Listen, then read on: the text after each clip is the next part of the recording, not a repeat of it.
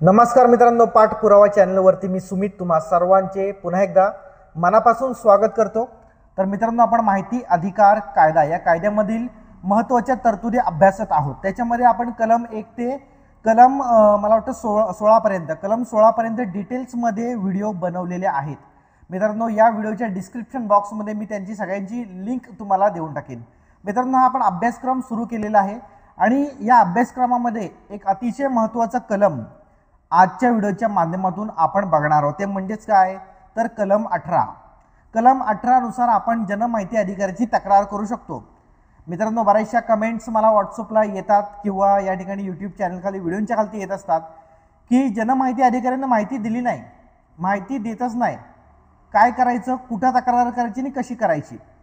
तर या संदर्भात एक अडचण नागरिकांची काय होते की आता ग्रामसेवकचा विषय, ग्रामसेवक समजा जनमाहिती अधिकारी आहे, आपण तिथं अर्ज केलेला आहे, तर नागरिकांची अडचण काय होते, या ठिकाणी तो माहिती जर देत नसेल तर आपण ती तक्रार सरपंचाला करतो किंवा आपण त्याची तक्रार गटविकास अधिकाऱ्याला करतो किंवा ग्रामपंचायत विस्तार अधिकारी यांच्याकडे त्यांची तक्रार करतो।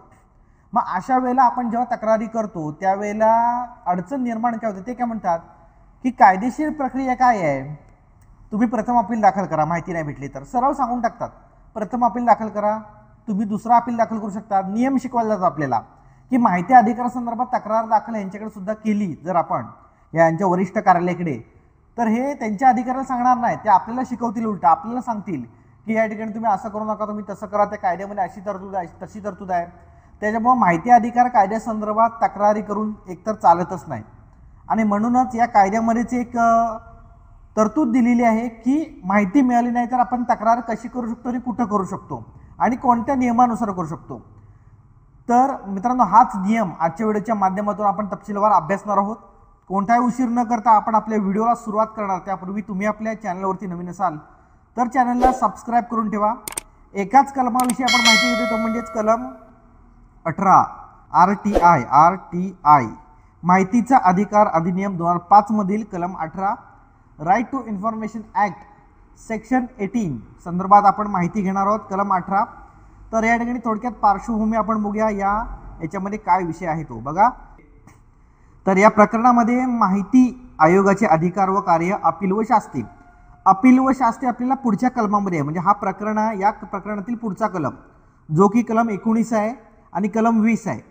कलम 19 मध्ये अपिलाच्या तरतुदी आहेत, कलम 20 मध्ये शासनी दंडाच्या तरतुदी आहेत आणि माहिती आयोगाचे अधिकार कार्य यामध्ये हा तक्रारीचा विषय आहे आणि हा कलम कोणता, तर कलम 18। मित्रांनो बघा, कलम 18 माहिती आयोगाचे अधिकार व कार्ये। तर नंबर 1 मध्ये काय म्हटलंय, कलम 18 मधील पोटकलम 1 या अधिनियमाच्या तरतुदींना अधीन राहून पुढील व्यक्तींकडून तक्रार स्वीकारणे व त्याची चौकशी करणे हे यथास्थिती केंद्रीय माहिती आयोग किंवा राज्य माहिती आयोग यांचे कर्तव्य असेल। तक्रार स्वीकारून त्याच्यावरती प्रक्रिया करणे, हे सगळा हा शब्द सगळ्यात महत्त्वाचा आहे बघा।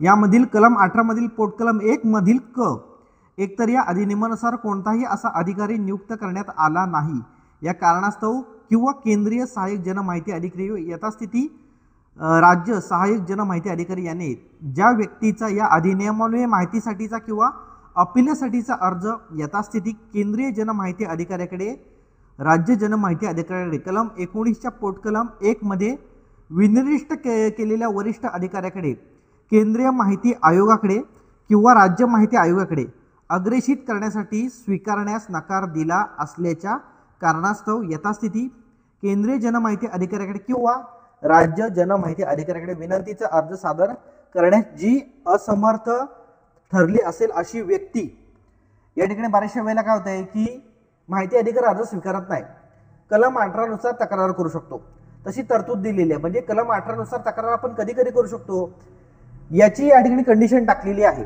तर त्या एक आपण हे बघूया की अर्ज, या ठिकाणी तुम्ही बघाला अर्ज स्वीकारण्यास नकार दिला असल्याच्या कारणास्तव, म्हणजे एखादे जनमाहिती अधिकारी, बऱ्याचशा कार्यालयामध्ये तुम्हाला माहिती आहे की जनमाहिती अधिकारी कोण आहे त्यांना माहितीच नसते की आपल्या कार्यालयामध्ये सुद्धा जनमाहिती अधिकारी असायला पाहिजे, त्याचा बोर्ड आपल्याला लावायला पाहिजे, हे शासकीय अधिकाऱ्यांना अजून पण माहिती नाही आहे।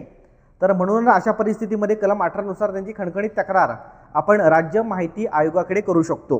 तर पुढे बघा, या अधिनियमान्वये मागणी करण्यात आलेली कोणतीही माहिती मिळण्यास नकार मिळालेली व्यक्ती, या कायद्यानुसार कोणतीही माहिती मिळण्यास नकार मिळालेली व्यक्ती, जी माहिती कायद्यानुसार मिळायला पाहिजे होती परंतु मिळाली नाही, नकार मिळालेली व्यक्ती ही तक्रार करू शकते. ग, या अधिनियमान्वये माहितीसाठी किंवा माहिती मिळण्यासाठी केलेल्या मागणीस विनिर्दिष्ट मुदतीत प्रतिसाद न मिळालेली व्यक्ती. या ठिकाणी विहित मुदतीमध्ये प्रतिसाद न मिळालेली व्यक्ती. पुढे बघा, अवाजवी वाटत असलेली फी भरण्यास जिला भाग पाडण्यात आले असेल अशी व्यक्ती. पुढे आपण माहिती घेऊया. या अधिनियमान्वये आपल्याला अपुरी दिशाभूल करणारी खोटी माहिती देण्यात आलेली असं जिला वाटत असेल अशी व्यक्ती. पुढे, या अधिनियमान्वये अभिलेख मिळवता येण्याच्या किंवा त्याच्यासाठी विनंती करण्याच्या संबंधातील इतर कोणत्याही बाबींविषयी तक्रार करणारी व्यक्ती. तर याच्यामध्ये मी तुम्हाला सांगतो की बरेचसे नागरिक असे म्हणतात की प्रथम अपिलामध्ये गेल्याच्या नंतर त्यांना आदेश मिळतो की ज्यांना माहिती अधिकाऱ्यांनी माहिती विहित मुदतीमध्ये 15 दिवसात देण्यात यावी, विनामूल्य देण्यात यावी असे आदेश होतात आणि हे आदेश झाल्याच्या नंतर पण माहिती मिळत नाही. अशी कमेंट मला बऱ्याचशा आलेल्या आहेत नागरिकांच्या की सर निर्णय झाला, प्रथम अपील अधिकाऱ्यांनी निर्णय दिला, माहिती दिला, तरी पण जनमाहिती अधिकारी माहिती देत नाही. अशा पण कमेंट आल्यात की माहिती आयुक्तांनी सुद्धा निर्णय देऊन जनमाहिती अधिकारी ऐकत नाहीत. म्हणजे एवढा एकदम हलक्यात घ्यायला लागलेत. आणि तरतूद किती आहे? फक्त 25,000 रुपये. आणि शिस्तभंगाची कारवाई पण एवढी कठोर होत नाही. त्यामुळे हे सगळे माजावलेले झालेले आहेत अक्षरशः मला सांगायचं झालं तर. कारण की कमेंटच असे आहेत की प्रथम अपील अधिकाऱ्याच्या निर्णयाला जनमाहिती अधिकारी घाबरत नाहीत, माहिती आयुक्तांच्या निर्णयाला जनमाहिती अधिकारी घाबरत नाहीत. मित्रांनो, या ठिकाणी असं झाल्याच्या नंतर निर्णय देऊन सुद्धा जर माहिती मिळाली नाही तर कलम 18 नुसार खणखणीत तक्रार करायची. पहिली गोष्ट म्हणजे की या ठिकाणी हे बघा आदेश झालेले आहे, सगळं झालेलं आहे, तरी देखील जनमाहिती अधिकारी हा ऐकायला तयार नाही. त्यामुळे हा सगळ्यात बेस्ट पर्याय आहे की कलम 18 नुसार तक्रार करणे. या ठिकाणी कलम 18 नुसार खणखणीत तक्रार कशी करायची याबाबत मी व्हिडिओ बनवलेला आहे. आय बटनमध्ये तुम्हाला ती व्हिडिओ आता दिसेल किंवा तुम्ही डिस्क्रिप्शन बॉक्समध्ये सुद्धा ती बघू शकता. या व्हिडिओच्या एंडिंगला सुद्धा मी कलम 18 नुसार तक्रार कशी करू शकतो याची व्हिडिओ तुम्हाला देऊन टाकेल. तर पुढे बघूया. पोटकलम 2 मध्ये काय, एखाद्या प्रकरणामध्ये चौकशी करण्यासाठी वाजवी कारणे आहेत याबाबत जर केंद्रीय माहिती आयोगाची किंवा राज्य माहिती आयोगाची खात्री झाली असेल तर आयोग त्याबाबत चौकशी सुरू करील. या कलमान्वये कोणत्याही बाबींची चौकशी करताना यथास्थिती केंद्रीय माहिती आयोगाला किंवा राज्य माहिती आयोगाला पुढील बाबतीत दिवाणी प्रक्रिया संहिता 1908 चा 5 या अन्वये दाव्याची न्याय चौकशी करताना दिवाणी न्यायालयाकडे जे अधिकार विहित करण्यात आलेले आहेत तेच अधिकार असतील. मित्रांनो, या ठिकाणी राज्य माहिती आयोगाला दिवाणी न्यायालयाप्रमाणे हे अधिकार असतील असं या ठिकाणी नमूद केलेलं आहे. पुढे बघा, व्यक्तींना हजर राहण्याबाबत समन्स पाठवून त्यांना हजर करवणे आणि त्यांना शपथेवर तोंडी किंवा लेखी साक्षी पुरावा देण्यास व दस्तऐवज किंवा वस्तू सादर करण्यास भाग पाडणे. या ठिकाणी जर आपली तक्रार खणखणीत असेल तर जनमाहिती अधिकाऱ्याला समन्सच पाठवतील डायरेक्ट हजर राहण्यासाठी, वॉरंट या ठिकाणी. तर पुढे बघा, दस्तऐवजांचा शोध घेण्यास आणि पाहणी करण्यास फरमावणे. पुढे, शपथपत्रावर साक्षी पुरावा घेणे, कोणत्याही न्यायालयाकडून किंवा कार्यालयाकडून कोणताही शासकीय अभिलेख किंवा त्याची प्रत मागणी करणे. पुढे, साक्षीदारांची किंवा दस्तऐवजांची तपासणी करण्याकरता समन्स काढणे आणि विहित करता येईल अशी अन्य कोणतीही बाब. पुढे बघा, संसदेच्या किंवा यथास्थिती राज्य विधानमंडळाच्या अन्य कोणत्याही अधिनियमात विसंगत असे काहीही अंतर्भूत असले तरी यथास्थिती केंद्रीय जनमाहिती आयोग किंवा राज्य माहिती आयोग या अधिनियमान्वये कोणत्याही तक्रारीची चौकशी करताना सार्वजनिक प्राधिकरणांच्या नियंत्रणाखाली ज्या अभिलेखास हा अधिनियम लागू होतो अशा कोणत्याही अभिलेखाची तपासणी करील आणि सार्वजनिक प्राधिकरण कोणत्याही कारणास्तव आयोगापासून असा कोणताही अभिलेख रोखून ठेवणार नाही. मित्रांनो, राज्य माहिती आयोगाला फुलप्रूफ अधिकार दिलेले आहेत, पूर्ण पॉवर्स दिलेले आहेत. तो कधीही कुठलाही कसा पण डॉक्युमेंट मागू शकतो, कुणालाही समन्स काढून साक्षी पुरावा देण्यासाठी हजर करू शकतो, बोलवू शकतो. तर पुढे बघूया आपण काय विषय अजून आहे तो. या ठिकाणी हा झाला चौथा मुद्दा. आणि बघा, कलम 18 पर्यवेक्षकीय तरतूद. मित्रांनो, या ठिकाणी कलम 18 मध्ये पर्यवेक्षकीय तरतुदी काय आहेत ते आपण आता बघूया. एक म्हणजे काय, माहिती आयोगाला कलम 18 प्रमाणे असणारे अधिकार हे पर्यवेक्षकीय स्वरूपाचे असून ते अपीलीय स्वरूपाचे नाहीत. पुढे, माहिती अधिकार कायदा कलम 7 प्रमाणे माहिती नाकारली गेली असल्यास त्याविरुद्ध कलम 19 मधील तरतुदी अपीलाच्या तरतुदीनुसार उपलब्ध असलेली कायदेशीर उपाययोजना माहिती मागवणाऱ्याने उपयोगात आणली पाहिजे. या ठिकाणी सुरुवातीला जर तुम्हाला कलम 7 प्रमाणे माहिती नाकारली गेली असल्यास, माहिती मिळाली नाही, तर या ठिकाणी कलम 19 मधील जी प्रथम अपीलाची तरतूद आहे ती आपण अवलंबली पाहिजे. पुढे काय, कलम 7 अंतर्गत माहिती नाकारली यासाठी अपिलाऐवजी तक्रार अर्ज करण्यासाठी कलम 18 मधील तरतुदींचा वापर करता येणार नाही असे सर्वोच्च न्यायालयाने स्पष्ट केलेले आहे. तर मित्रांनो या ठिकाणी प्रक्रिया आहे, ही तक्रार आपण कधी करू शकतो, तर बघा या ठिकाणी निर्णय मिळाला आहे, कोणताही निर्णय मिळाल्याच्या नंतर ही आपण तक्रार करायची.